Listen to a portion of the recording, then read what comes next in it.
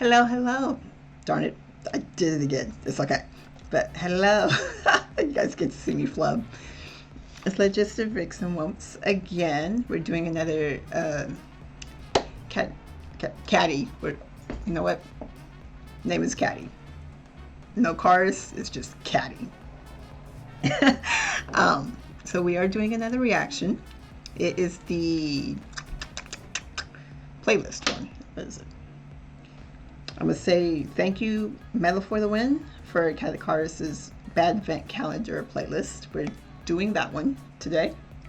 Also, I want to give a shout out to Lackadaisy with the Jazz Cat Dance Loop. It's very catchy. Like, legit. It's adorable. I digress, I'm sorry. But yeah, let's get going with Caddy and all of this funness.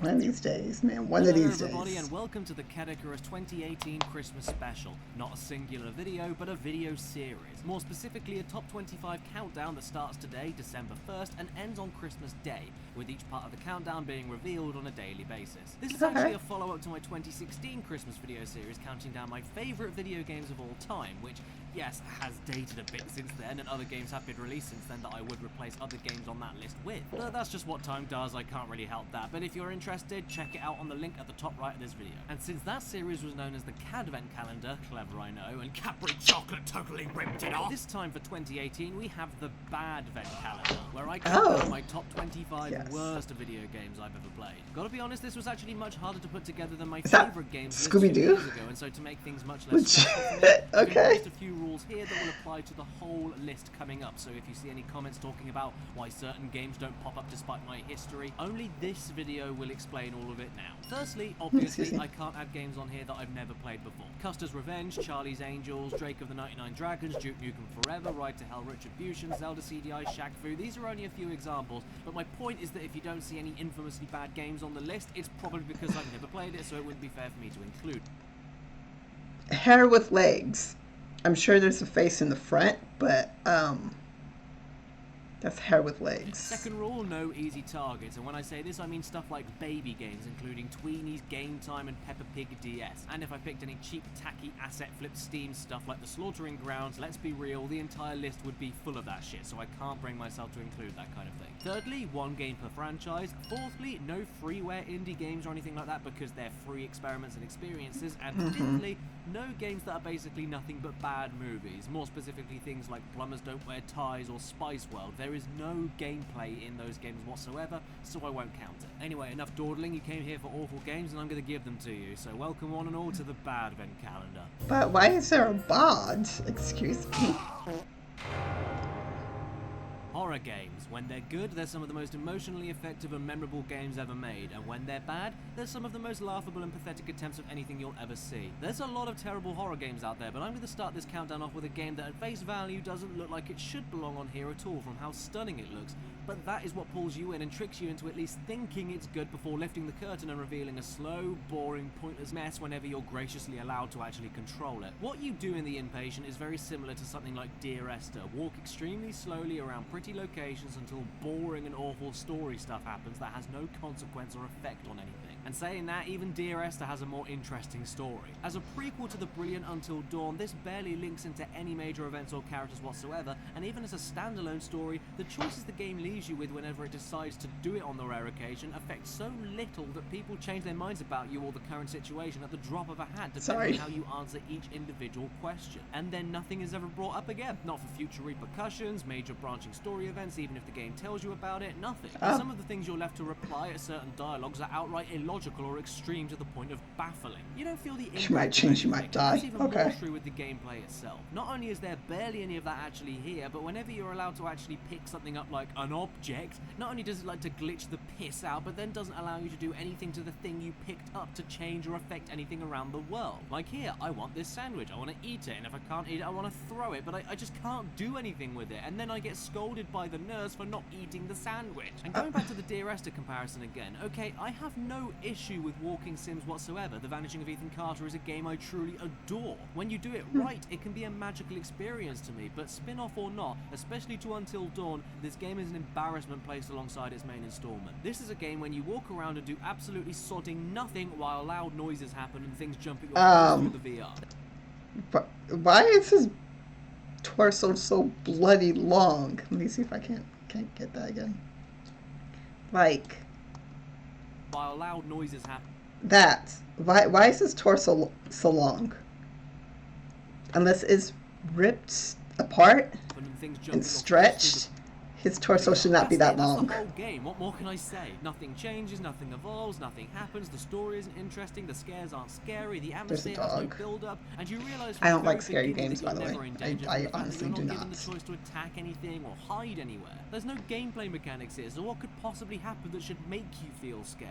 Well, spoiler alert, nothing. You're never hurt, you never have to engage with the game, you never have to worry about what's going to happen or what corridors to walk down. Things happen regardless, and the game just disregards it and moves on. And sometimes you don't even get a good scare after a decent build-up, and the game just chickens out and fades to black. The reason this game is so low on the list, though, is mainly because of the visuals and the VR. It's not only gorgeous, but especially for VR, it's downright unsettling just being in these locations. It looks so good, it feels like you're actually there, but once that sensation goes after a few minutes, you're left with a vapid and empty experience where you just walk unbearably slowly from one area to the next, looking at all the nice textures and activating loud noises until the end of the game. I can't say anything else about it, and the fact it just stops and boots you back to the title screen after a couple of hours is even more insulting. The impatience sucks, so don't let those beautiful screenshots convince you to spend £30 on it, which is what I spent, and that's what it's worth on the PS Store. Oof. Oh, don't go everybody, I'm not quite done yet, because if watching today's video and watching the footage from one of the worst games I personally ever played was enough to make you quite depressed, then don't worry, because every day I'm not only going to be letting you divulge into my mind to pick out the worst of video gamedom in my opinion, but also I'll be directing you to my partners for the Badvent calendar this year, chrono.gg/caddy in the description below, where every single 24 hours a brand new, really good Steam game goes up on the site for a ridiculously cheap price. Yes, you get to clear out your mind of the bad with something really good. Oh really cheap. No! Why is that? No! Okay, for those who don't know, which would probably be most of you guys, I had my hand at Hot the Full Boyfriend. Friends would try and make me play the DLC part. I don't want to play it. But if I lose a bet to my friend this Monday, or if I lose some games to her this Monday, I have to play the DLC part. I really don't want to. Honest to God, I don't want to. No. No, it burns. No, it burns. We're going to be doing an ultra special series of deals that you'll only find out by checking chrono.gg/caddy every day, or by watching these videos for the reminder if you'd like to. So thanks for listening, and I'll see you all again tomorrow. I'm a burps. I don't want no more. Okay. My eye. This game isn't the worst piece of shit ever made compared to some of the other games on this list to come, but for the time it was released, the system it was released on, the features available, and the price it was released at, it's probably the most insulting. Micro Machines as a series is one that I can't get enough of. From the original games to the V-series on PlayStation consoles, single player or couch co-op, it's always a blast. I mean, everything great about the series is in the name, Micro Machines, based on the awesome tiny little toys. So as you'd expect, you race around everyday locations we all recognize, and everything from Cheerio pieces to snooker balls end up being your obstacles as you leap from tabletop to tabletop. Simple to grasp, easy to play, fun to look at, it's all great fun. So in 2017 on the PS4, for the most recent Micro Machines game, would you expect a lackluster, bare bones, barely any cars, barely any tracks, absolutely zero single-player content racer that, despite the utter drought of anything in the game itself, runs at 30 FPS in the exact same environments that we've already seen run much smoother on older systems? No? Well, of course because not. That's World Series. And I have to stress, like I do every single time I say this, I'm not a frame rate snob, but for how little is actually going on in this game, and how, yeah, it looks good, but it doesn't look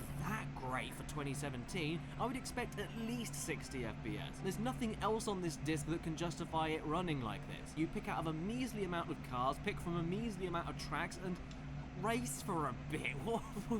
I'd love to be able to say a little bit more about this game, but I honestly just cannot. And I can see the first defense coming in that the game is more focused on online multiplayer. And you know what? That's fine, because it is. But not only does that not excuse the piddling number of courses and cars to pick from, but if you bought this on PS4 like I did, nothing on the game box explicitly states that 80 to 90% of the enjoyment you'll get from the game, along with the new unlocks, is from the online mode. And I don't pay for PlayStation Plus for the online, so essentially, without any warning on the box, I wasted all my money out the starting gate unless I coughed up more money for the online. And again, that would be fine if I knew about it and if there were any more going on in this game, but there just is not. Everything you see here is the entire next-gen Micro Machines experience. How can a game about tiny cars with endless possibilities for household racetracks and jumping from PS1 CDs and Mega Drive cartridges to PS4 Blu-ray discs be this empty? For £30 in 2017, it's an absolute disgrace, especially compared to the older games that ran better and had more on them. Even the battle mode, a staple of kart racing game local multiplayer,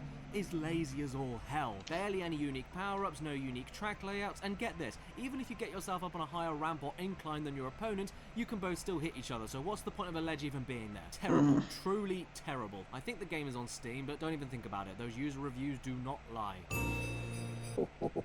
Do you feel like you need to wash your brain out after seeing some truly awful video games? Well then how about go to the description below to chrono.gg/caddy, where you can get a really good Steam game on the site every single day for a ridiculously cheap price. Well, how the boyfriend? No, not looking at it. Not looking at it. Cat lady. Meow. Talking about me. My 3 cats. I need more cats. Maybe I don't. No, I have 3 dogs too. No Man's Sky. I was not someone who ever joined in with the No Man's Sky hype. I'm not trying to sound like a Captain Hindsight contrarian or anything either. I genuinely did not understand why the hell people were so obsessed with the reveal trailers and gameplay snippets. I mean, yeah, you can explore procedurally generated planets, scan wildlife, collect materials and fight robots. Okay, well, Minecraft lets you do a ton more than that. And just because there's so many millions and billions of combinations of things to be shoved together in individual planets doesn't mean anything, really. It's an impressive number for sure, but why does that automatically mean the game will be a masterpiece worth pushing on mainstream TV coverage? Basically, I was intrigued, but I wasn't sold, and when the game finally released and I played it for a good few hours, holy shit, it did not do anything else other than what the trailers showed off. During the hype phase, I was asking, okay, this is cool, but what do I do in this game? And then when the game finally came out and I played it, I was asking, okay, this is cool, but what do I do in this game? You may notice me using the past tense a lot in this video, and that's because I hear that nowadays the game isn't too bad, with all the constant updates actually adding to the core of the game with brand new story features, vehicles, quests and stuff. But screw that noise, I'm talking about the game I spent £44.99 on when it first released, not what it was supposed to be or not what Hello Games felt obliged to code in months and months after the original release due to negative feedback. And my god, if you think that Micro Machines World Series is devoid of anything for the price, check this out. You walk around to collect materials to fly away to another planet in order for you to collect materials to fly away to another planet to get closer to the center of the universe,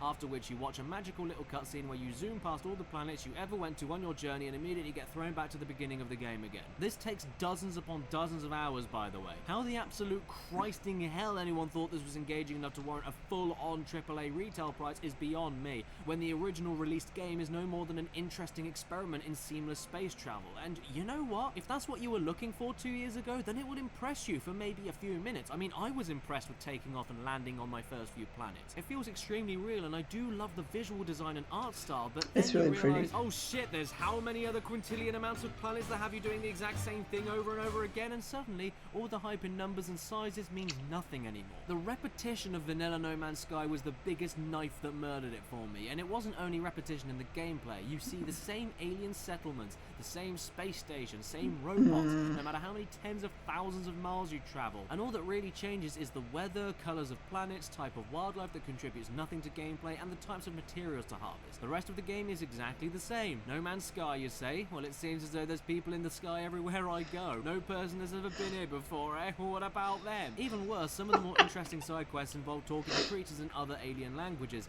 but the only way you can understand them is by randomly walking around and deciphering alien words with these bricks, one random word at a time for a random alien race! No Man's Sky, more like No Man Cares. I'm sure it's an alright game nowadays with the next update and everything, and that's why this game isn't any higher up the list, but this was all stuff we expected from the beginning. Do I even need to mention the amount of vague hinting and vague promises lofted by Sean Murray that all eventually turned out to not be true or were outright broken, like when those two people met each other on the same planet via the online feature but weren't weren't actually in the same area, and he jumped on Twitter and said it was an amazing achievement. What? This? That's something that we were expecting in the first place to happen clearly didn't work because you never expected it to work in the first place, so didn't bother adding it into the game. Hello games, stick to Joe Danger. Clearly this was a bit too much for you. Hey.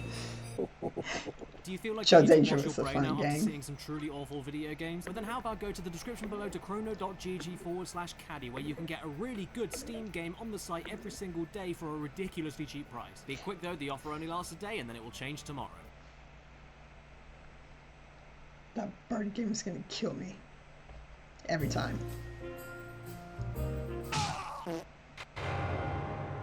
Crash! You know what's a mediocre party game? Crash Bash on PS1. Doesn't do enough to stand out from Mario Party, yet tries sometimes a bit too hard to stand out from Mario Party, and it kind of falls apart in a few places because of that. You know what's a completely piss-awful party game? Crash Boom Bang on the Nintendo DS. This is what happens when you take the worst mini-games of Mario and Sonic at the Olympic Games and put them in a Crash Bandicoot spin-off that looks like this. What more can I say? Look at this travesty. You remember all of those DS games from years back when the system was brand new and all they wanted to do was jerk around how great and unique the touchscreen controls were, leading to shovelware on top of shovelware for anybody to play? Well, Crash Boom Bang feels like that exact kind of shovelware, but with a well-established and beloved IP attached to it. And with it being released 2 years after the system it was on initially came out. Also, where you have games like Crash Team Racing where you don't need to know anything about Crash to love the game but will enjoy even more if you do know Crash, that's not the case here. If you know Crash, aside from the characters you control, there's nothing distinguishably Crash about it. Not in the visuals, not in the music, not in anything. And if you don't know Crash, it's a dull and miserable attempt of a DS party game even as it stands on its own. And even better, it doesn't even control that well with some of the worst stylus recognition and calibration you'll ever fiddle with. And by the way, did I mention the game looks like this? Let's not forget all the mini-games are repetitive as all sin as well. You know when people start going senile when they're older and forget what they're saying multiple times over? I'm sorry,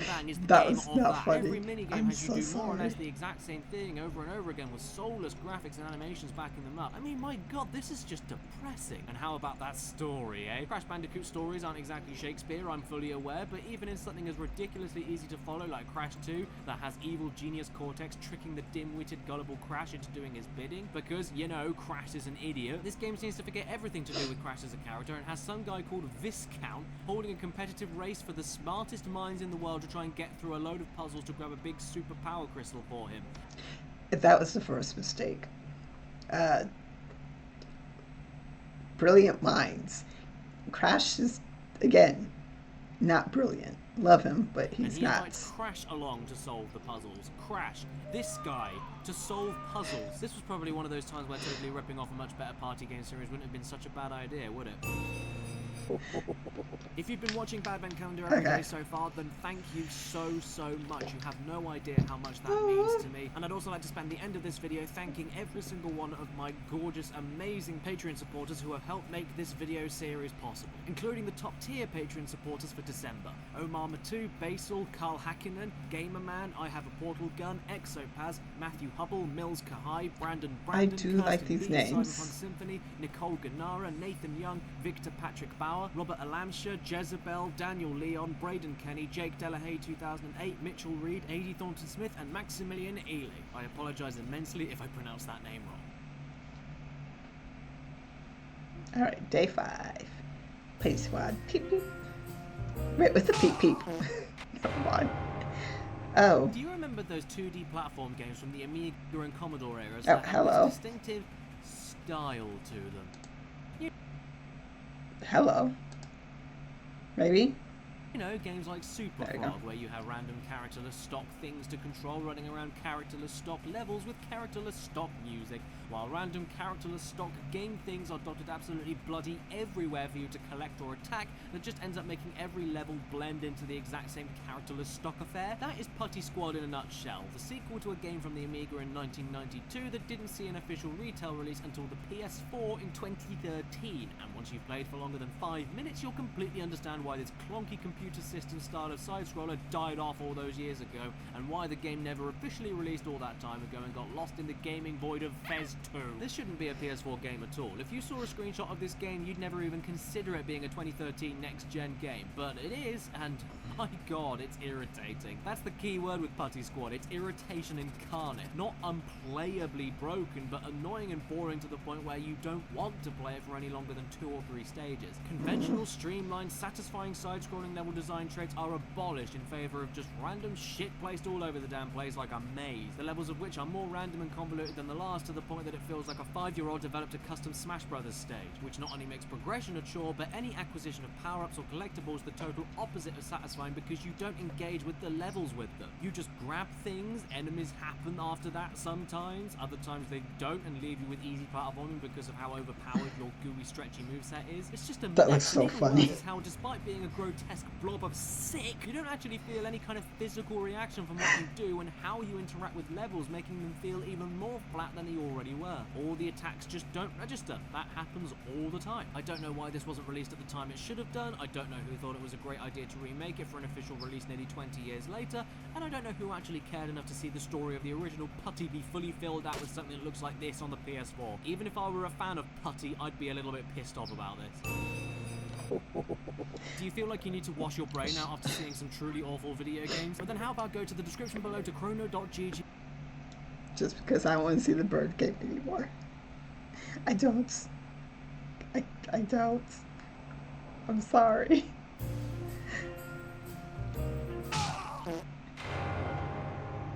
I've been a Crash Bandicoot and Spyro the Dragon fan ever since I was a little boy, so I'm sure you can imagine the pure unbridled joy I experienced when there was a crossover series released on the Game Boy Advance. It was such a great time that I picked up Crash Purple and my sister grabbed Spyro Orange for Christmas so we could play multiplayer battles and card trade together.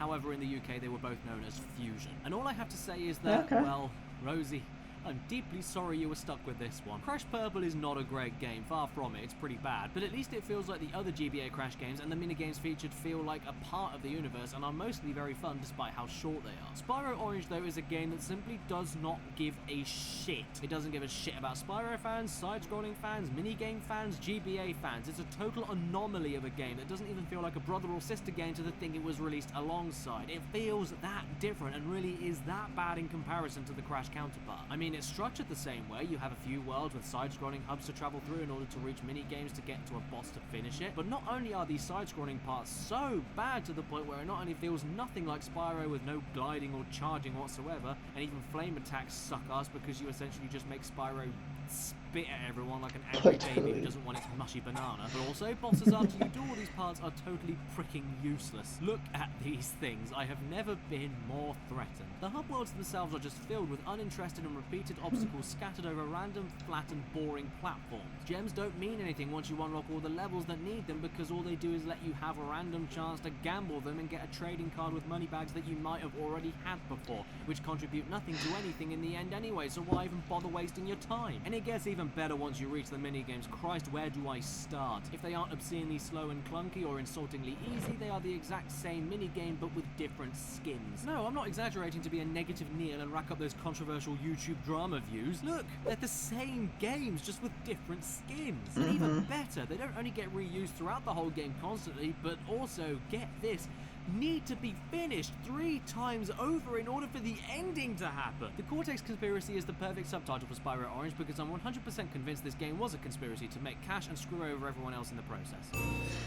Do you feel like you need to wash your brain out after seeing some truly awful video games? But then how about go to Yana, stop it. Whoops. Hey now. Hey. Now. You're an all-star. Get your game on. Get paid. Oh wait, no. Yeah, it is All-Star. I'm thinking Rockstar. No. I broke it. Oh. Hi. No. Oh this game no. is so terrible the people publishing and making it could make it look good. I'm not gonna lie, I would probably be one of the people to play it just because I like xylophones. And no, that footage is not defendable from it being a press conference and big screens and input delay and nerves. No. Wii music is just dreadful in every sense of the word. I remember grabbing this game for the first time with its fancy external sleeve and costly AAA Nintendo first-party price tag, and firmly believing that it was the future of motion-controlled video games. Why is it so Multiplayer rhythm much? game exclusive to the Wii with its ultra-advanced motion controls that only Nintendo was doing mostly decently at the time? Hell yes, I want that. As a huge fan of Guitar Hero and a drummer for a few years at the time this game first came out, I couldn't wait to see what they could pull out the bag. But if I knew that coming out the bag was shit from a me dressed as a goddamn dog, I would have barbecued it. This is easily the worst rhythm game, nay, the worst music-based video game I've ever played. At least those mini-games in Cory in the House on the DS actually register your actions. Yes, this is a musical game that simply does not register anything you do properly, and even when it does, it'll never do it in time. Doesn't matter if it's on a CRT, a HD TV, a 4K TV, where the Wiimote sensor is, anything that requires motion controls or button presses on the Wiimote alike will be so bloody delayed it turns every single attempt of a song in single or multiplayer into a total shit show. And for how simple this game is, to the point that all you need to worry about is pressing buttons or swinging a remote at the correct time and nothing else, that's unbelievable. There's no excuse for any of it. So if the argument to defend the game is that this is a rhythm game for the whole family, that argument falls apart like an Oreo dunked in milk for 20 seconds longer than necessary, because even with the only damn concern of the player being hitting notes at the right time and nothing else, that isn't valid of an argument, because like I said already, it's delayed to all hell and back. I watched that freestyle drumming demonstration with the Wii Fit board on a live stage during the game's announcement, and I cringed. Then I tried to play it myself as a drummer and see that, oh, it wasn't the guy playing the game that sucked, the game itself sucked, not registering any subtle movements or, well, anything. And the sad thing is that even if the game did work how it was most likely supposed to, my god, the song list! The song list! The very definition of stock, predictable, baby-level tunes. And when there are a few great Nintendo tracks on there that can be made quite funny by using specific instruments, it doesn't matter because they all get butchered no matter what instrument you use on them. They are mostly mixtures of overused public domain pieces you'd find as presets on a Yamaha keyboard, even including some of the most basic nursery rhymes. Jesus Christ. Ever wanted to jump into the bridal march as a screaming karate chopping asylum patient? Or rap along to Yankee Doodle? Because you can do that in Wii Music and it will always sound bad even if you manage to get it in time. I suppose that's the main reason this game isn't any higher up the list, because you can at least get a bit of comedy value from the whole disaster, but once again I'm reminded on how much I paid for it and how seriously it took itself and how Nintendo actually thought this would blow the audience away. Then I realised it was a joke at my expense. One up. What? Did we even play the same game? Actually, did you even play the game itself in the first place? Because even I can't do that. Do you feel like you need to wash your brain out after seeing some truly awful video games? But then how about go to the description below to chrono.gg/cat. Please. Okay. Yay! Okay, you know what? We have all of our own opinions. I'm actually playing Shadow again. So but I want to hear what he says about Shadow. Oh my god. The edgy hedgy. Every single bad Sonic game out there were so many to pick from. So sticking with my one game per franchise rule was not easy here. But I had to go with Shadow the Hedgehog. I nearly went with Sonic Boom Rise of Lyric and nearly went with Sonic 06, but to be honest, Rise of Lyric just depressed me more than anything for how little anyone cared with the making of it, and Sonic 06 for all the bugs and numerous awful moments. But hey, at least with Sonic 06 there's salvageable aspects like the soundtrack and some of the levels being really fun for 3D Sonic. Yes, I said that.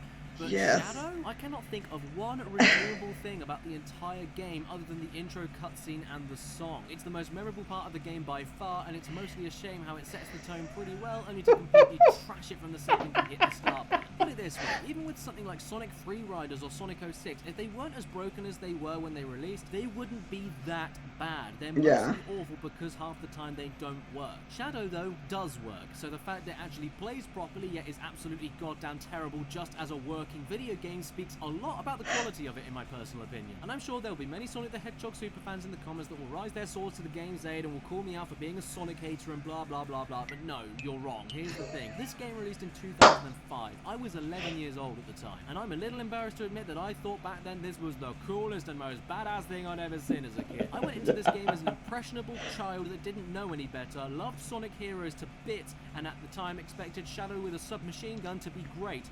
Yet I still hated it, so there was no Okay, some of the guns are like the coolest thing ever, I'm not gonna lie.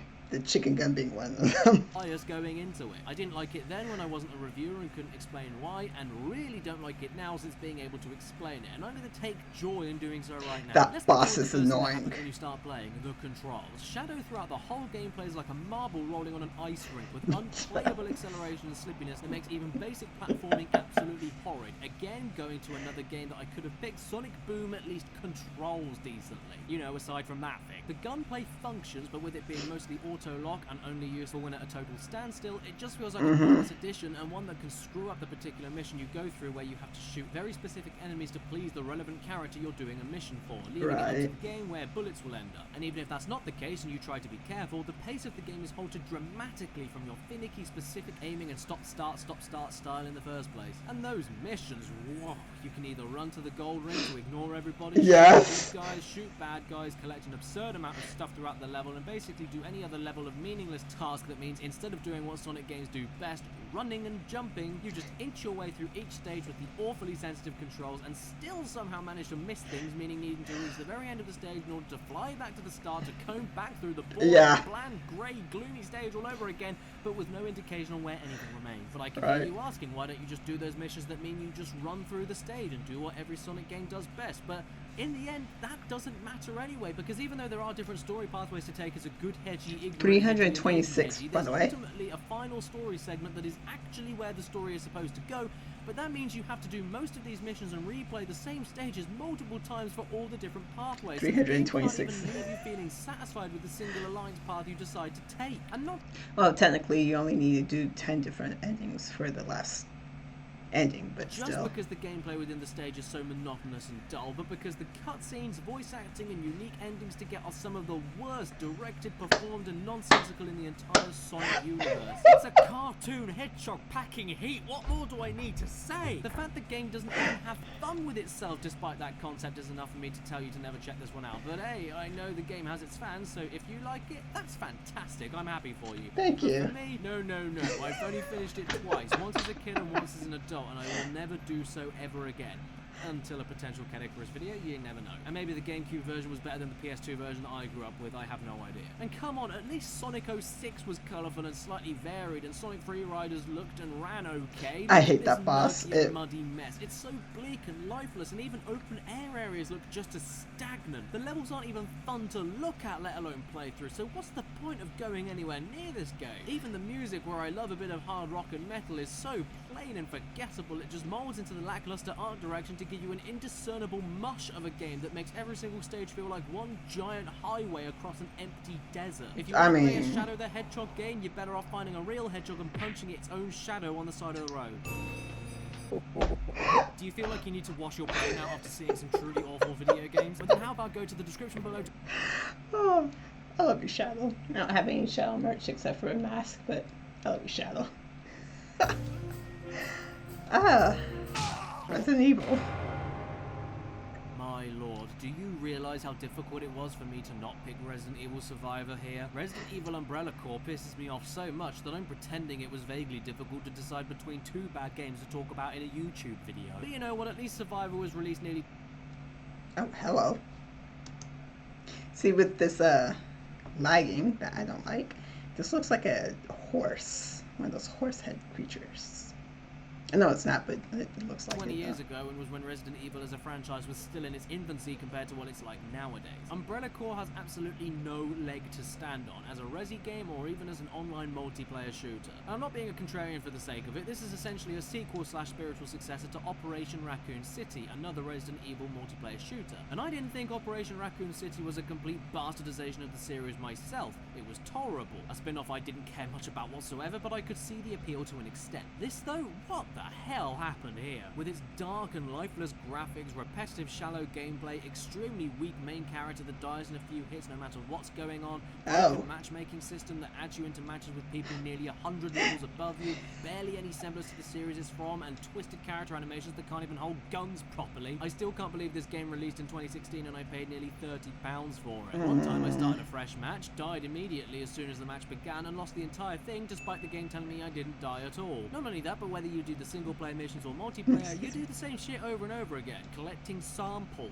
Yeah, I guess that is what the Umbrella Soldiers would be doing in the Resi universe, but at least Operation Raccoon City had a variety in how they went around doing that kind of thing. Not just running around half-assed pre-existing maps from previous games, awkwardly slicing up other zombies or other players just to grab pointless MacGuffin to end a match. I'm not kidding either, the single-player missions especially are just this, over and over and over again, with text in between each part to give you some kind of story. And multiplayer matches are basically just standard death matches, and this as well. Capcom thought this was worth £30 of your money. I have absolutely no problem with a game being multiplayer focused, especially when you actually tell people that it is, like this game was, but to ask that high of a price for something that looks and plays like one of the first ever online multiplayer games ever, but even more broken and boring, then sticking a well-established and loved franchise name on top of it to make money, yeah, this should have been seen as nothing more than a scam. I mean, look at this even. In order to get additional rewards from killing enemies and such, you'd think that playing a little bit more strategically with headshots and stuff would get you more rewards. But not only is that untrue, meaning there's no point in getting any better at the shooting in this game, but if you do headshot an enemy,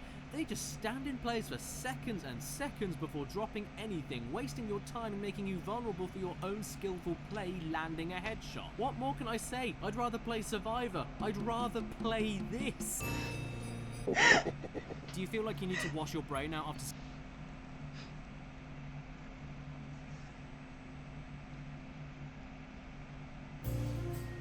Ah, Pro Skater, what's up?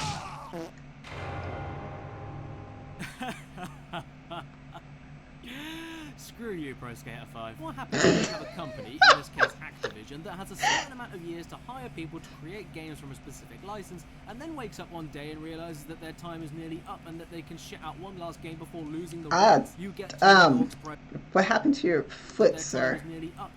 I'm shit sorry. Out one last game before losing the rights? You get Tony Hawk's Pro Skater 5. Okay, didn't want to pause, whatever. Abomination. It's not only an absolutely god-awful extreme skateboarding game that provides you with barely any special moves, controls that fight against you constantly to kill the flow with heavy drops, and plonks you inside some of the worst level designs in extreme sports game history that just have random ramps and rails dotted all over the place with no point or artistic link to any of the areas they appear in, but even as a fifth main installment in a fantastic series that just kept on getting better game after game, it's perhaps even worse than it is on its own as a standalone game. Tony Hawk's skateboarding on PS1 is deeper than this game, and you can't even manual in it. In fact, Pro Skater 2 on PS1 is deeper than this game, and there's no compromises to mention against it. Even with the Pro Skater series game that came before it, the classic variety of silly missions, NPCs to get quests from, rebellious, immature sense of humour, that's all gone, and you're left with a totally barren and empty beta for a HD skating game made by an indie team for their first ever project in school. The PS2 games had customizable special moves, additional tricks for those extra skilled at button mashing, massive levels with massive amounts of things to do, quick loading times, all of that's gone. You don't even get to create your own skater, something that only hasn't been a staple of Tony Hawk games for years, but equally has been in other skating games, not even from the same series. And if the element of customization and graceful extreme level designs built entirely around stringing tricks together not being in this game wasn't enough to turn you away,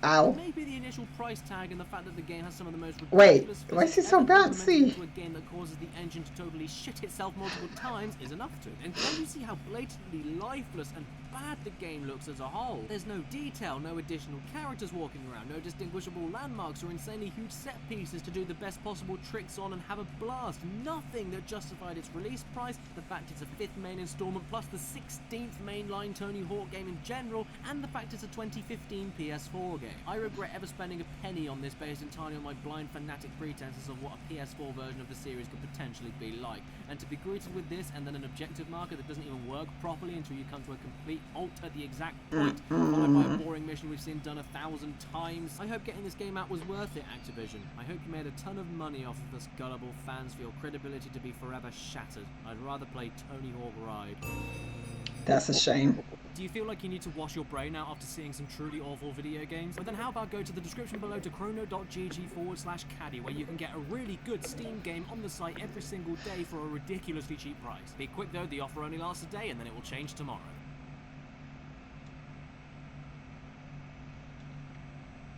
I don't know what I'm dancing to, but we're dancing to something. Nope, too early. From one bloody horrendous skating game to another, enter Simpsons skateboarding. Simpsons games as a whole are a little bit hit and miss for me. Some are great fun, some are total toss, and some are even majorly impressive. But Simpsons skateboarding, it's none of those things. For as heavy and janky the physics are in Pro Skater 5, I can at least control the skater properly, but in this game, holy shit, you can barely do anything at all. If you turn left or right even slightly, you fly off the screen. If you ollie off of any ramp, you get barely any air. If you hold forward to exit bowls, you just end up pushing the board forward and tripping up. If you try to activate grinds, half the time they just simply do not register. If you perform a trick, you can barely see what your body is doing, so you can't decide how long to hold the trick for before landing. Even if you do something as simple as travel in a straight line towards a potential trick playground, the tiniest curb will get in the way, cause you to bounce and then mess up your inputs and timing. Not only do the controls fight against you, but the levels themselves do too. And any single time you do anything, whether good, bad, your fault or not, you get commentary that mocks you, and it never ever shuts up. Shove it 360. Kick flip. Oh, the humanity! This game seriously feels like they just put things in it with no thought of how it would actually work in a skating game or keep consistent with the themes of the Simpsons areas, which is something that at least Hit and Run did really well. It's designed to be recognizable and enjoyable as a Simpsons game, yet is also designed around the fact it's a stupid driving and platforming game. Here though, yeah, let's just put a ramp here. Let's just put rails here right next to curbs that we won't remove, meaning you can't ollie far enough over them to reach the rails, but also can't ride over them to ollie later. Let's just put cars here because it's a road and place them right next to everything important so they just get in the way and knock you over. And speaking of getting in the way, here's some Simpsons characters that you know and love from the show that just run around for no reason and mess up any kind of score or combo you were aiming for. Let's make the balance bar overly sensitive and completely unusable, and while we're at it, let's make the character models almost unrecognizably terrible and even make the game run like total trash full of graphical abnormalities and glitches. And all of this is made even worse by the fact that in the story you're subjecting yourself to all of this torturous ooze for a grand prize in a competition worth $99. That's it. That's barely above what this game was worth when it first came out. It's almost like the devs knew how much your time and energy was worth to them. If you've been watching Badvent Calendar every day so far, then thank you so much. You have no Shout out to everyone that's been helping him out. At the end of this video, thanking every single one of my gorgeous, amazing Patreon supporters who have helped make this video series possible, including the top tier Patreon supporters for December: Omar Matu, Basil, Carl Hackinen, Gamerman, I Have a Portal Gun, Exopaz, Matthew Hubble, Mills Kahai, Brandon, Kirsten B, Cyberpunk Symphony, Nicole Ganara, Nathan Young, Victor Patrick Bauer, Robert Alamsha, Jezebel, Daniel Leon, Braden Kenny, Jake Delahaye 2008, Mitchell Reed, Adi Thornton Smith, and Maximilian Ely. I apologise immensely if I pronounced that name wrong.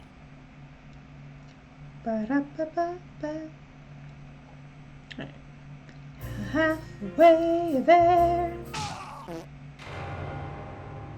Attention all very insolent pubescents. This game has Pamela Anderson in it. You know who she is, right? You like her in Baywatch, don't you, you filthy scum? That there, I'm convinced, is the only reason this game managed to make it on the shelves or sell any copies at all. This game is starring Pamela Anderson, don't you know? Because aside from the appeal to a specific mindset, this is barely what I'd call a game in the first place. This game disguises itself as an action-packed secret agent spy thriller thing, and aside from that premise, it does not give a single shit. You spend the whole time in VIP for the PS1 either performing the most basic quick-time events in existence or moving a cursor around a screen and clicking shoot while identical clones of random nameless individuals pop into the screen, and that is all you do in this game. You can't move or even get behind cover. You just stand in place and shoot other people who forgot they're holding guns and are supposed to be killing you. Or you just stand in the middle of lifeless environments watching some of the worst PS1 model animations ever while you press 2 or 3 buttons at a time to do this. And despite the game being based straight off of a TV show of the same name with the same actors, featuring some of the cheesiest and most enjoyable nonsense I've ever seen, what is Walter White doing in this? The game doesn't even care about capturing the essence of what it's based off of from the intro FMV sequence. Not only because your first client looks like if Elton John was smacked in the face with a spade, but because it establishes absolutely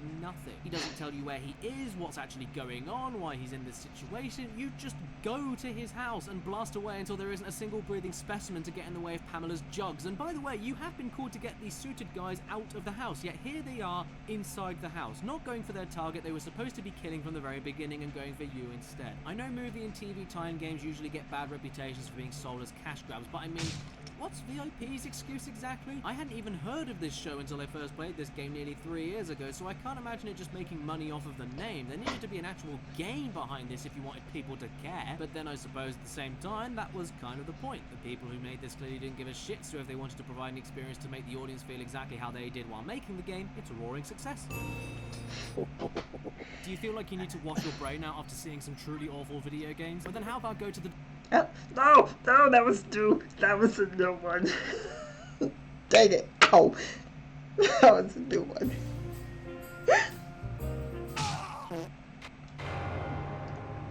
I'm sure many people would expect Star any Wars. other Star Wars game to appear here. Rebel Assault 2, Masters of Terras Cassie, or maybe even the most recent Battlefront 2, but my god, this is probably the worst Game Boy Advance game I've ever played. I got it with my GBA when it first came out, I hated it as a kid, and I hate it just as much nowadays. And with most of the bad games we've covered so far, I really do not know what to say about it, since all the footage here speaks for itself. What you have here is not only a game based off of, in my opinion, the worst Star Wars movie ever made, letting you explore some of the most miserable and repetitive locations in the entire saga, but the game is also a platformer beat-em-up where you take up so much of the screen and move so stiffly that taking damage, I swear, is purely inevitable most of the time. You have a completely pathetic list of moves to play with that barely work their way into the gameplay itself or change how you approach battles. Your force abilities are just a total pain to use, they hinder your progress more than anything, and most of the levels, when they aren't screwing you over with zoomed in screen crunch when jumping around, make you do one thing: walk right. You walk, attack a few times, you walk, attack a few times, and the stage just stops when it feels like it. Fun, right? After which you'll have these moments of flying around in first person through one of the ugliest and indistinguishable segments you will ever see in a video game. I'd love to say a bit more about it, but I can't even make out what the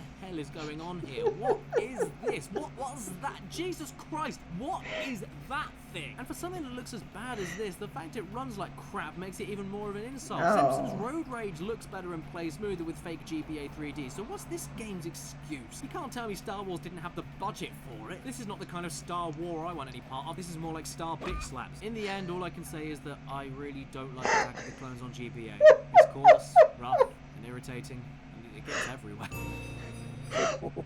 Do you feel like you need to wash your brain out after seeing some truly awful video games? I did it again. I gotta quit with being quit with the trigger.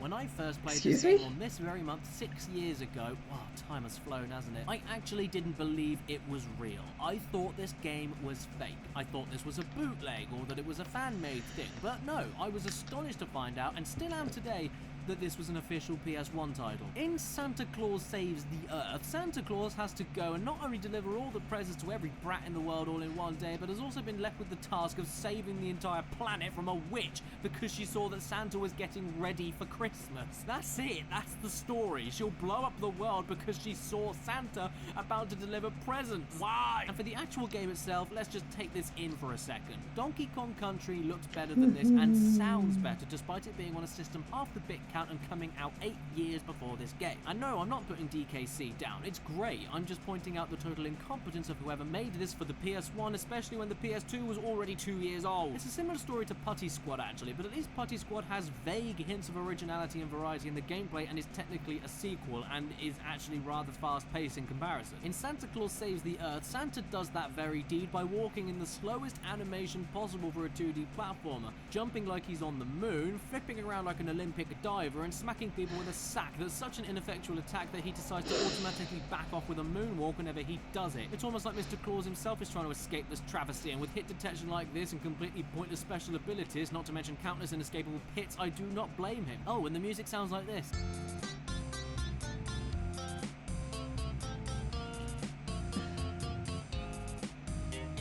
Combine that with the same copy-pasted level obstacles and colours all over the place and what I can only describe as a cave system for mice with small families, and you get a game representing the total opposite of the holiday it's set with it. Joyless and hateful. There's also a version on the Game Boy Advance in case you were curious, and it's exactly the same thing, but it sounds even worse, is zoomed in way too far and slows down like Rudolph with polio. It just goes to show how little effort or thought went into this game in the first place when it looks identical and plays identically on a Game Boy Advance or a PS1. System limitations don't halt Santa. Logic doesn't halt Santa. sanity does not halt Santa. He can save the Earth on any device at any time, at home or on the go, while smacking people around with his sack of heavy-duty goodies. Chris Kringle, if you're watching this, don't even think about giving this game to me. I'd rather have a lump of coal. Do you feel like you need to wash your brain out after seeing some truly awful video games? But then how about go to the description below to chrono. Oh wait, never mind. I don't know what I was tripping about. I don't. Balls 3D. Balls with the Z. This game is called Balls. That's all you really need to know. But when I say this game sucks, at least I can say that it sucks 3D balls, the best kind of ball. And those very same 3D balls advertised on the box for this SNES classic find themselves in some pretty sticky situations that you need to help them through. More specifically, by button mashing any single thing you can on the controller until the animated 3D models contort in such a disturbing way that they apparently hurt the other opponent. Yeah, this is a fighting game, the worst one I think I've ever played, and one of the most important aspects of a fighting game, you know, being able to see what you're doing to be able to react to fighters' animations and even see where your own body will connect with the other fighter, is simply not present. I fail to understand even how the people who made this game tested it. How can you test it? Imagine you just programmed this abomination and then went into debug mode to fiddle with it for a bit. How can you be proud of this? Even if you know how to play the game, how can you even see what you or the opponent are doing and possibly code the game to be better? Is this a glitch or a special move? This is the main issue with Balls 3D. In the vain attempts of the team trying to make pointless, impressive 3D models battling each other on a 16-bit console,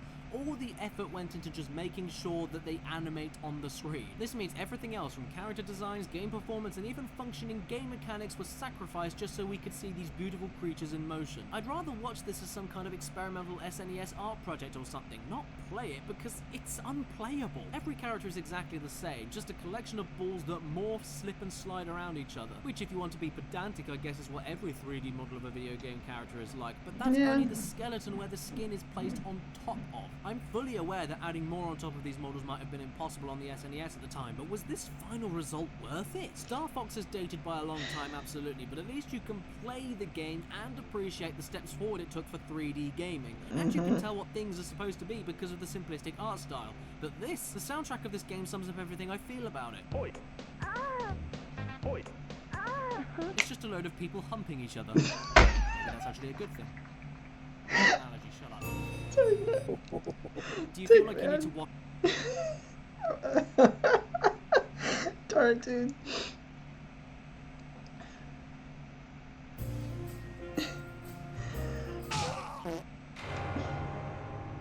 I knew nothing about this game until it was given to me by my good friend Daz. Friend status pending. And cheesy is one of the ugliest things I've ever seen. Within the game, the colours are drab and the models are disgraceful, and even out of the game, with all the creative freedom in the world outside of the PS1 graphic restrictions, yeah, it's even worse. Look at this thing. This was supposed to sell games. Have you ever seen Sin City? You know who that yellow bastard is? The violent, disgusting pedo who can't get off unless he hears their victims scream? I'm convinced that Cheesy was based on him and then named after what he smells like. Everything wrong with this game is clear and screaming at you from the offset, and not just from how ugly it is. The story here is that you're a mouse that gets stuck in a cage in a castle only to be released by aliens. That's all you're gonna get. Then the game starts. Now, this is a 3D platformer, and the first thing you notice is how it not only plays like Resident Evil with a top-down perspective and tank controls, but also gives you so much momentum and so little friction to your feet, it's like piloting a submarine. You'll be steering into things and crashing into walls before even figuring out how to jump onto a higher platform, after which that absurd weight and momentum is carried over to side-scrolling parts. Oh, well, I mean, after a long-ass loading screen. Then as soon as you figure out how the controls work there, you can fall down a hole again into another long-ass loading screen, meaning you have to very awkwardly climb back up to the side-scrolling part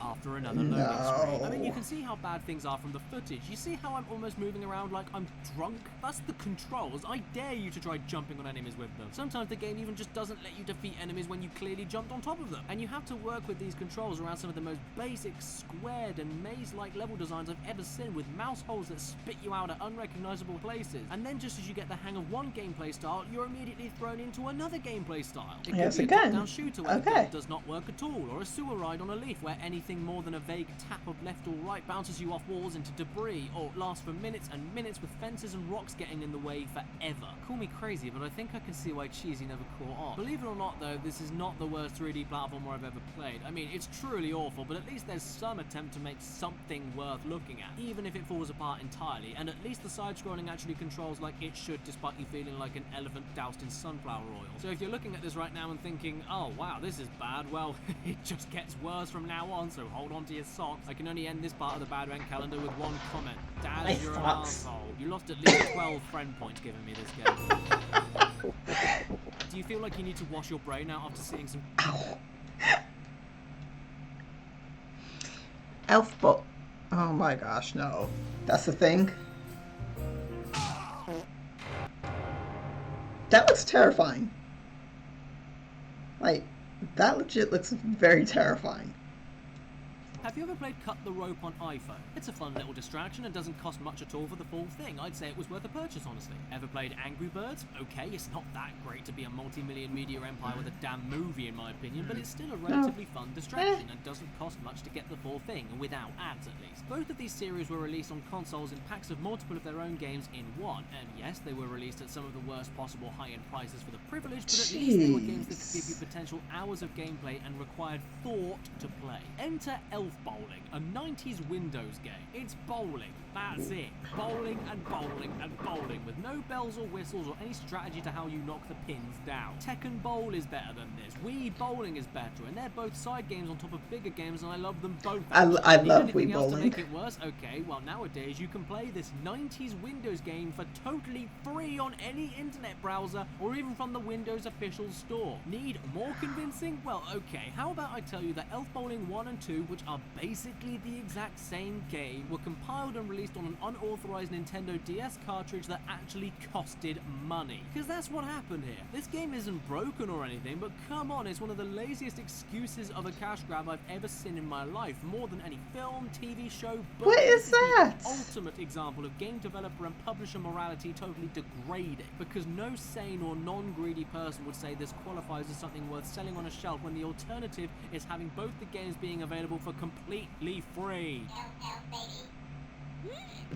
Oh, It's there, mother it's of pearl, no. undignified, it's repetitive, it's bowling and a little bit of shuffleboard, but instead of it costing you nothing for less than 5 minutes of a game that will barely even make you smirk, you paid 20 times what it was worth in the first place. Just be careful everyone, because if you haven't behaved this year, the elf on the shelf will play a trick on you and give you elf bowling. Maybe even on the Game Boy Advance if you've been a massive shit. Do you feel like you need to wash your... Ugh. Bubsy! Okay, I've had a few friends playing Bubsy on stream recently. On Twitch. Let's Bubsy! be real, any Bubsy game could have made it on the list of my worst games I've ever played. Bubsy Jaguar, Bubsy 2 on Game Boy, even the Woolly Strike Back for how much it costed and how little there actually was to the game. But hey, at least Woolly Strike Back controlled alright, which is not what I can say about Bubsy 3D on the PS1. Cheesy came close and I even considered Rascal, but I'm sorry, you cannot beat this. This is the granddaddy of terrible games. The poster child of how not to do anything in a video game ever, not just platformers. And the tone is set magnificently from the very beginning. Take this FMV sequence out of context and you think it was from a horror game. And do you hear the noises emanating from it? Bubsy Bobcats! How could this have happened? Shut it down! Shut it down! It's annoying as sin, and that is the key word to take from this game. Annoying. It's probably the most annoying game ever made from a number of factors. Let's gather around the fire and list them, shall we? Looks. Well, firstly, this looks like an alpha build of a first-time 3D designer's art project. No textures, blinding colours, jagged and ugly shapes jutting out all over the place, no theming, and some of the worst character models you'll ever see. Sounds. Well, not only do you get music that sounds like a choir of kids that ate too many beans, but also have to cope with listening to Bubsy himself, yelling, ranting and squealing about every single thing you can imagine in the most grating voice. When you hit an enemy, when you get hit by an enemy, when you collect an orb, when you jump. By the end you'll want to rupture your eardrum with a toothpick. And easily the most annoying aspect of Bubsy 3D above everything else is how it actually plays. Gameplay is as basic as you can imagine. Run from point A to point B without dying and fight a boss after a while, nothing special there. But when your eyes and ears are being illegally assaulted while you simply cannot control where you are moving, you're going to want to stop playing immediately. At least Cheesy saved tank controls for the overhead bits, but Bubsy 3D sticks with tank controls from the start to the end, and unlike Resident Evil or even Croc, the game is not built around them whatsoever. It wants you to constantly react to things quickly and jump over things in sequence like Crash Bandicoot, but absolutely falls flat on its face. And speaking of, you'll want to avoid jumping as much as possible, since the camera swoops upwards and back down behind you at sickening speeds every single time you jump. So you're left a lot of the time relying on your ground movement, which is not only tank controlled, but I'd argue even heavier than a tank. You turn so slowly yet slip around and pick up forward speed like a stick of butter with a jet engine, and it makes something as simple as grabbing basic collectibles close to impossible. If it weren't for these arrows in the levels, I wouldn't even know where I was going, since everything looks totally identical and so bloody bad. Oh, look! An arrow! Aren't these game designers wonderful? No, and you know what's even better? Most of the world consider this the worst game ever made, but I've still got another 7 days to go. It gets even worse than this. Help me. Poor If soul. you've been watching Badvent Calendar every day so far, then thank you so much. You have no idea how much that means to me. And I'd also like to spend the end of this video thanking every single... Maybe? Okay.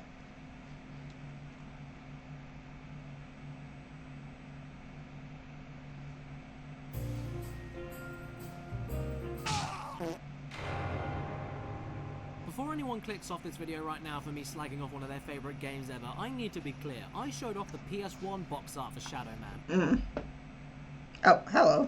See, that just proves the point. Actually, I haven't played Shadow Man. I've seen gameplay and on and off. Not my cup of tea, but I'd give it a whirl. Because the PS1 version of Shadow Man is probably the worst port of a game I've ever seen in my life. As far as the actual decent version of Shadow Man on PC goes, it may be a masterpiece as far as I'm concerned, but I have absolutely no idea. I've never played it and honestly have no interest to. If I had to judge things by this PS1 port though, my god, what went wrong here? This is easily one of the worst performing games on the PS1 I can mention, and I know this is a big game and world building is massively important to it, which is probably why it runs like a slideshow, but if that was the case, spread it across multiple discs. Final Fantasy did that, Oddworld did that, Metal Gear Solid did that, and they all run pretty well. And not only does the performance make this game unplayable since inputs don't register and areas load extremely slowly, but there is so much missing in this game. And I don't mean characters and cutscenes when they just decide to disappear. Sometimes you get background music, sometimes you get dead silence. Tweet, tweet. And no, I'm not removing the audio track here. This is just what the game is like. No wind, no atmosphere, no sound effects, just eerie, horrible silence. And when sound effects do happen, they often don't even sound like they're part of the game and take over every other element on screen. The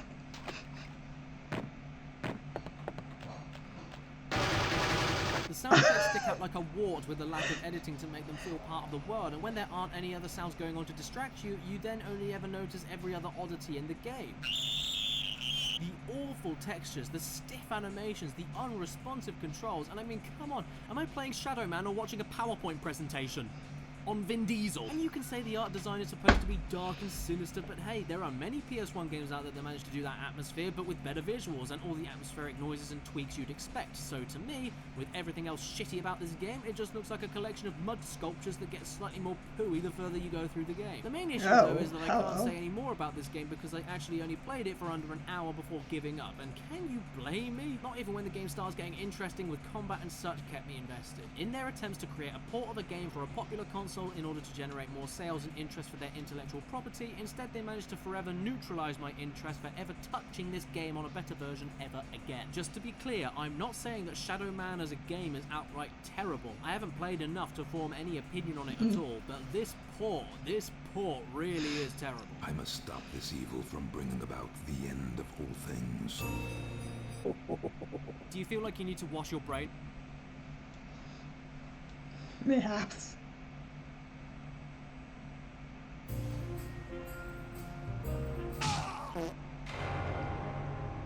This is the zoo race. Save yourselves while you still can and just don't ask. Much like Santa Claus Saves the Earth, when I saw the intro cutscene to this game online and then researched more about it, I didn't think it was real. A religious kart racer about Noah's Ark where the plot is about two people in a library disagreeing about God and then chase each other around in circles and turn into animals, causing them to start racing other animals. How could this possibly be real? And with scenes in the intro like this?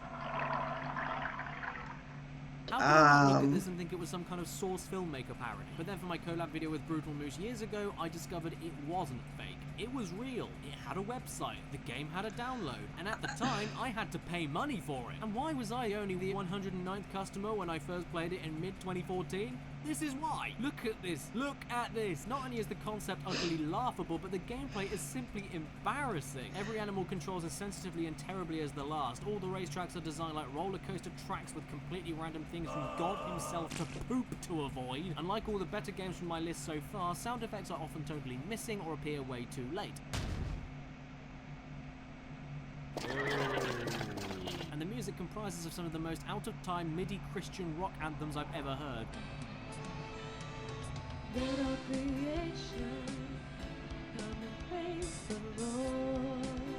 By the way, you control the game with the keys and that's it. That's how bloody backwards we're talking about here. And according to the website, trying to use any other keys in the game itself aside from the menus will break it. Yes, you can break this game by using keys you'd expect to use in a game that's already broken. You also have a jump command, but that's what happens whenever you use it. What more can I say? Look at this shit. This is me trying to play the game to the best of my ability, and no matter what I do, the animals just fly around like they've got rockets in their asses. And for a racing game, the most fundamental and simple aspect of the game, the control, is totally out of whack. Playing this game isn't a choice, it's actually a privilege, because if it works correctly, then you're incredibly lucky. You're more likely to win the lottery than have this game work. Going uphill causes the game to shit itself, going downhill causes the game to shit itself, and swimming looks and sounds like this.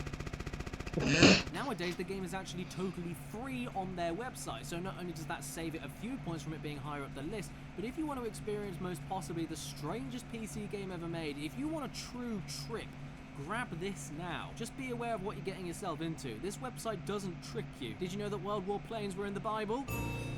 Do you feel like you... I have no comment on that just because I don't do biblical things, but yeah.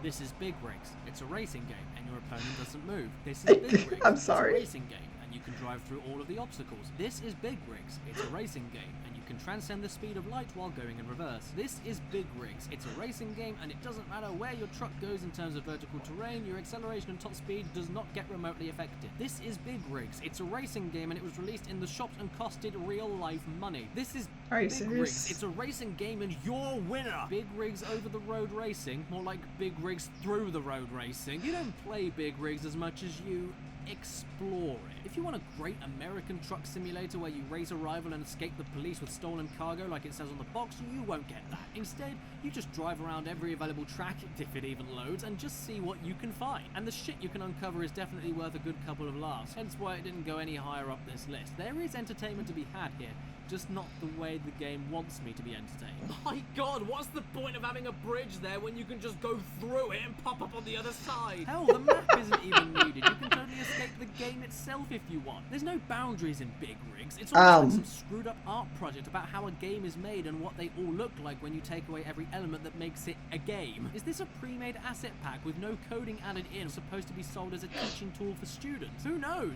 No, I'm not kidding. This utter disgrace of a game was released in the shops, packaged and put into physical cases. Not to mention it had a parental rating, which means that another human being looked at this and thought it was okay to be sold. Every single person involved in Big Rigs, the developers, publishers, ESRB people, retailers, every single middleman, they are all to blame for this game ever going out, because it proves once and for all that none of these companies care about quality control. No. Quality control is an optional extra to them, and that attitude continues even today with the disastrous release of Fallout 76. The fact this made it into stores says a lot about the world we live in and the hobby we hold so close to our hearts. And along with everything else wrong with Big Rigs, that's its biggest offense to me. It's not even really a game. It's a black mirror, a dark reflection of the corporations behind every one of our favorite games and how often they simply do not care. This is why reviewers are important. We are not winner. That was hurtful for my eyes in more ways than one.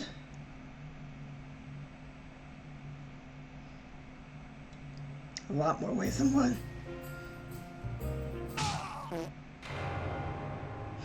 I know that compared to big rigs, this game actually does what it sets out to do. The main issue is Superman 64 does what it needs to do so pissing horribly that there is absolutely no joy or ironic laughs to be had with it. Playing Superman 64 is like strangling yourself. It's not easy and you probably don't want to, but maybe you just want to see what's on the other side if you go through with it. Spoiler alert, it's not worth it. What does one do in Superman 64? Well, nothing super, that's for sure. You spend most of your playtime flying through rings, which is fine in Spyro or something when it's a tiny insignificant part of a bigger level, but for a main objective over and over again, not only is that tedious, but the game is so damn stingy with its time limit considering how stiff and sludgy the controls are that you end up needing to obey by the game's own unfair rules to even play it. Oh what, you can't adapt to some of the worst flying controls imaginable? Then you're not passing these missions and are punished by just going through them all over again. Oh, what's that? You can't read the following mission text fast enough? Tough shit, it's gone now and you've got a few seconds to fix whatever the bloody problem is. What's the problem and how do you sort it out though? No idea, and if you don't do it within the time limit, you go back to the rings. You want to use some superpowers? Brilliant. Well, get ready to not use them properly because of, once again, the worst controls in existence. Want to run in a straight line? Tough shit, because you'll end up just running through the walls. Every single second of every single mission in Superman 64 is heinous, and whenever it tries to change things up, it simply makes it even worse. And whenever you think there's potential for something interesting to happen,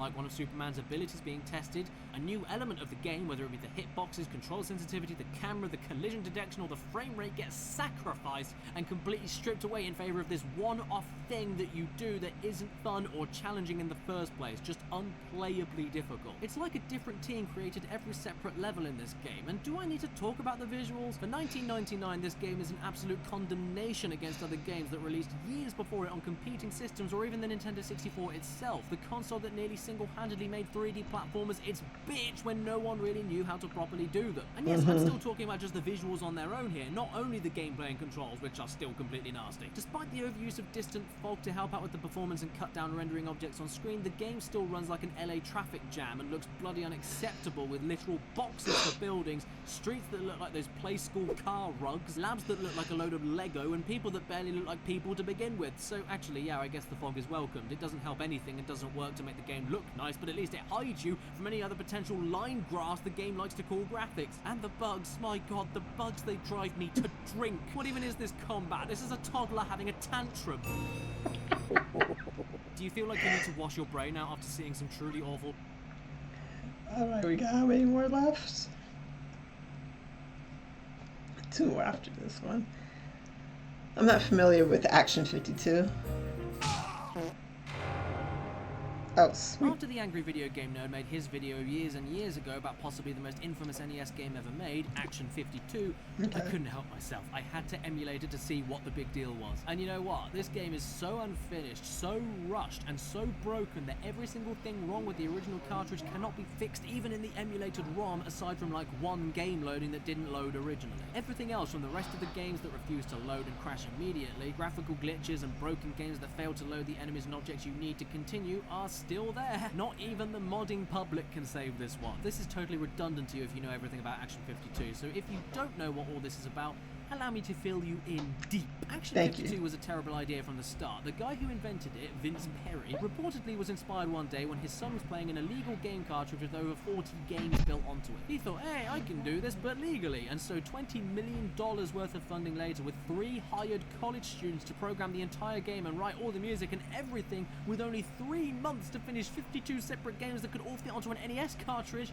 Action 52 came out. And even the legality wasn't accomplished because every copy released was unlicensed for the NES. This should have been a red flag from the start, but then they had the gall, the shitting nerve to charge the public $200 for the full game. That averages out roughly around $4 a game, so it sounds like a bargain, but when you actually play any single one of these 52 games, you'll immediately see why that isn't worth it. As mentioned, some games don't load, and the ones that do sometimes don't even include the enemies and items you need to get through them. Some games aren't only carbon copies of other Nintendo games and even plagiarize music from other composers, but many are blatant carbon copies of each other, most notably with the abundance of top-down space shooters. Some are so difficult and unfair that they're simply unplayable, some are multiplayer only without telling you they are, some are so imbalanced and slow that they're too easy, some take the most basic of control schemes and bastardize them, for instance making the jump button not move you in midair if you hold the jump button down even slightly, and some are just so unattractive and ear-grating you can't play for any longer than 2 minutes. I know you can't be too harsh considering all the circumstances and timescale to finish the game. Hell, that's actually why I defend E.T. on the Atari 2600,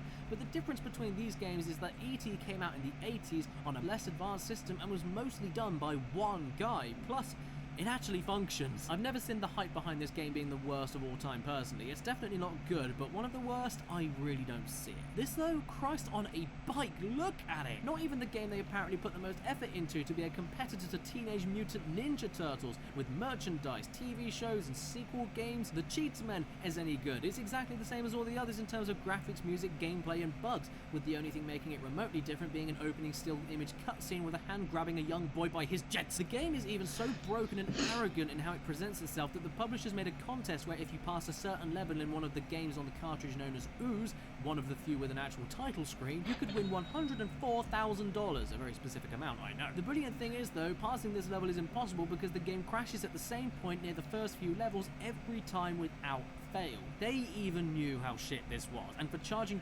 $200 for the privilege to play a game they knew was busted along with enticing people with a totally fake competition that was impossible to win, that level of total disregard for customers or the art of gaming as a whole places it this high on the list. Do you feel like you need to wash your brain out after seeing some truly awful video games? Well then how about go to the description below to chrono.gg/. Alright.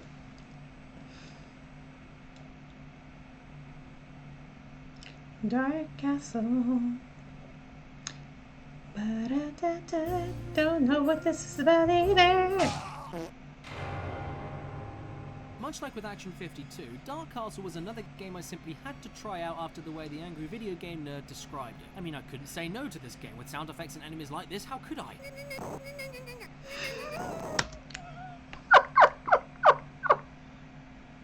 That's so terrible. Oh my gosh, no. What have I got myself into? The first 10 were bearable, the next 10 were hurtful, and then these last 5 are dreadful. Oh no. Little did I know though that after downloading a ROM for the game on the beloved Sega Genesis, that after only 60 seconds of playing this would be just as bad as he described it. It turned out to be the worst platform game. I'm sorry, what are you? Okay. Half-naked men whipping each other, sure, why not? That's the thing. It turned out to be the worst platform game I have ever played. This game looks like a joke, but the main thing that makes it something I never want to touch again is the control. At least with every single game I picked up before mentioning this one, including Bubsy 3D, Cheesy, Superman 64, or even Big Rigs, I could control the game. I could move my character and have a vague hint of an idea where they will end up even if it's not that responsive. With Dark Castle though, no way. I can barely move in this game without tripping over and falling flat on my face. You get staggered from 1-foot drops or just being stubbed on the toe. You get smacked around by enemies all around you because you can't aim with the insanely slow windmill arm aiming mode. There's a million things happening around you that you can't predict or just deal with. The footage here does not do this game justice. The only thing to do to see what it's like is try it yourself. I mean, that's what I had to do because I didn't think it could possibly be that bad, but it seriously is. With this many enemies all swarming around you from the start, who thought it was a good idea to create the slowest aiming mode for throwing anything ever conceived and then immediately punish their players with a main character that can't even step down 8 inches before making out with the floor and having such a whale of a time he can barely stand up straight afterwards? If someone had to rate this game before it released in stores, how did they pass the first screen to even decide the content was okay? They could have put an actual real-life recording of a murder in the other screens and nobody would ever know because you'd never see it. Did nobody on the team pick this game up and think, maybe we should just give up? I'm missing time away from my kids for this. What is wrong with me? And you know what's even better than all of this? Well, if you know what you're doing, which if you do, get help, it turns out that you can finish the game in around 10 minutes. Music quality too? Oh, it's just that tune over and over again? Thanks, Dark Castle, you're too generous. Okay, I actually like that though.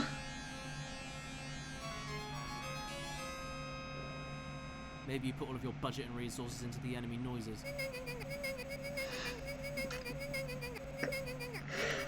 No. That was Do you feel like you need to terrible. wash your brain out? That's so terrible.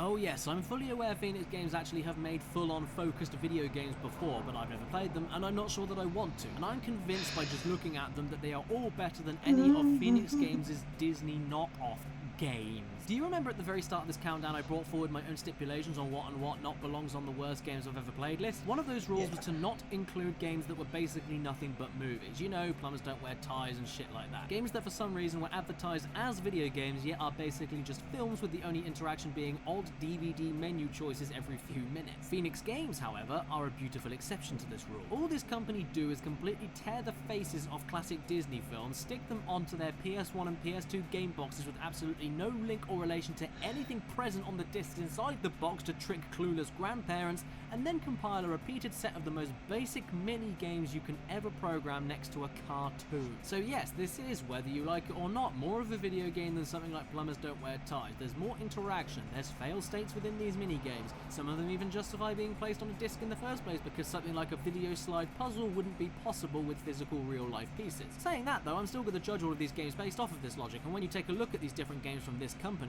whether a PS2 or PS1 game or even Wii, they're all exactly the damn same. And not only are they exactly the damn same despite the system or title of the game, but also somehow, in some way, amazingly enough, don't work properly. They barely function. If the controls aren't too sensitive or don't respond to your own action button presses, then you won't be able to even see what you're supposed to do from the clashing pictures and terrible compressed JPEG qualities. And so you sit there in your chair wondering, oh well, I only spent actual real life currency on my 5th identical carbon copy game with slightly different JPEG images from a shop that was actually licensed by Sony. What else do these games have to stand out from each other? And the answer is some of the most god-awful, atrocious and embarrassing cartoons you will ever see. Some of them are around 6 minutes, some of them are around 45 minutes, some of them have songs, some of them don't have songs, some of them have broken English, some of them have no English at all. And despite a lot of these films being made years prior by other specific companies like Dingo Pictures, and they just put their films on their PS2 discs, you'd think they'd at least stay consistent with their own style, but they never ever do. They're all over the damn place in terms of quality. Music tracks and character designs are repeated or completely forgotten about, animations are sometimes just jagged back and forth double frames, and others are weirdly out of place with uncanny details. Even volumes of voice acting and backing tracks sometimes are too loud, too quiet, too spaced out, too overlapped. You never believe this until you actually watch one. And I can't describe them any better than by simply directing you to my own Caddicarus episodes I made about all the ones I've seen so far,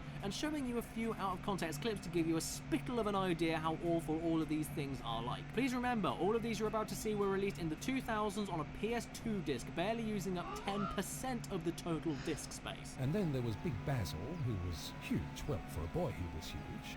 Okay, Colton.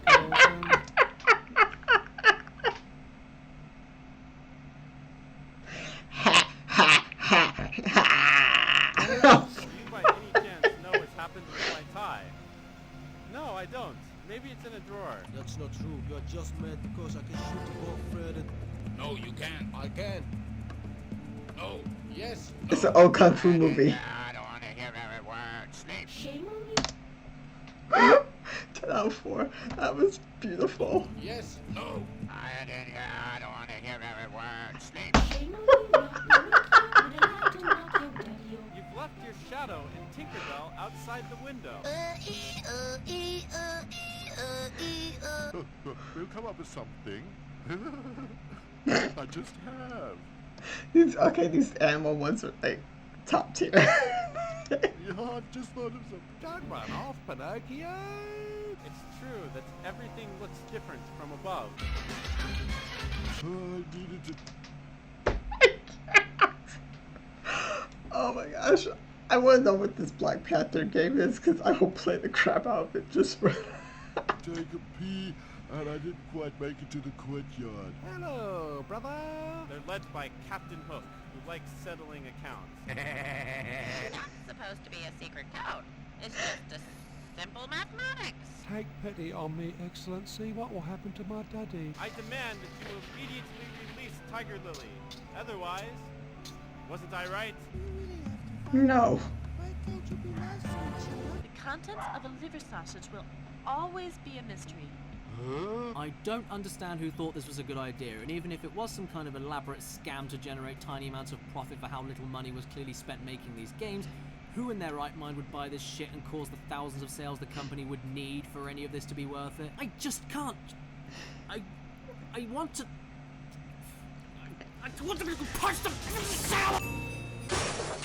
And with that, that concludes the Badvent calendar. Oh my 2018's gosh. Caddicarus Christmas special. If you watch from the very beginning of the month all the way to Christmas Day, or well, whatever you celebrate, oh my god, thank you so much. It's unbelievable. I actually cannot believe that you tuned in and were excited to see what could possibly come up next or what could be worse every single day.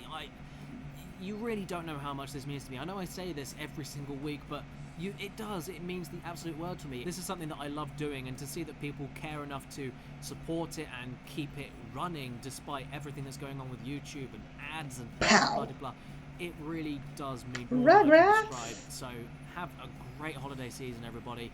I'll be back in January, don't worry, not going to be gone for too much longer, not going to be taking a month off or anything like that. And I'd also like to spend the end of this video thanking every single one of my gorgeous, amazing Patreon supporters who have helped make this video series possible, including the top tier Patreon supporters for December: Omar Matu, Basil, Carl Hackinen, Gamerman, I Have a Portal Gun, Exopaz, Matthew Hubble, Mills Kahai, Brandon, Kirsten B, Cyberpunk Symphony, Nicole Ganara, Nathan Young, Victor Patrick Bauer, Robert Alamsha, Jezebel, Daniel Leon, Braden. Oh wait, I know. There we go. That was the. I didn't really know how terrible some of these gameplays were. Some of these just the presentation of them.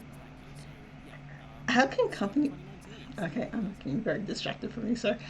How can companies just release games knowing that they are glitch station? That's what I would like to know. Like, glitch central, please don't. But okay, yeah, sure, why not? And on that note, I will be tuning out, going bye-bye. I need food. I'm starving over yonder. But I will catch you guys very soon. I have George, please. I have 2 more videos that have been requested, and so I'm gonna play catch up, make sure there's nothing left, and yeah. Until next time, take care, loves. Ta-ta.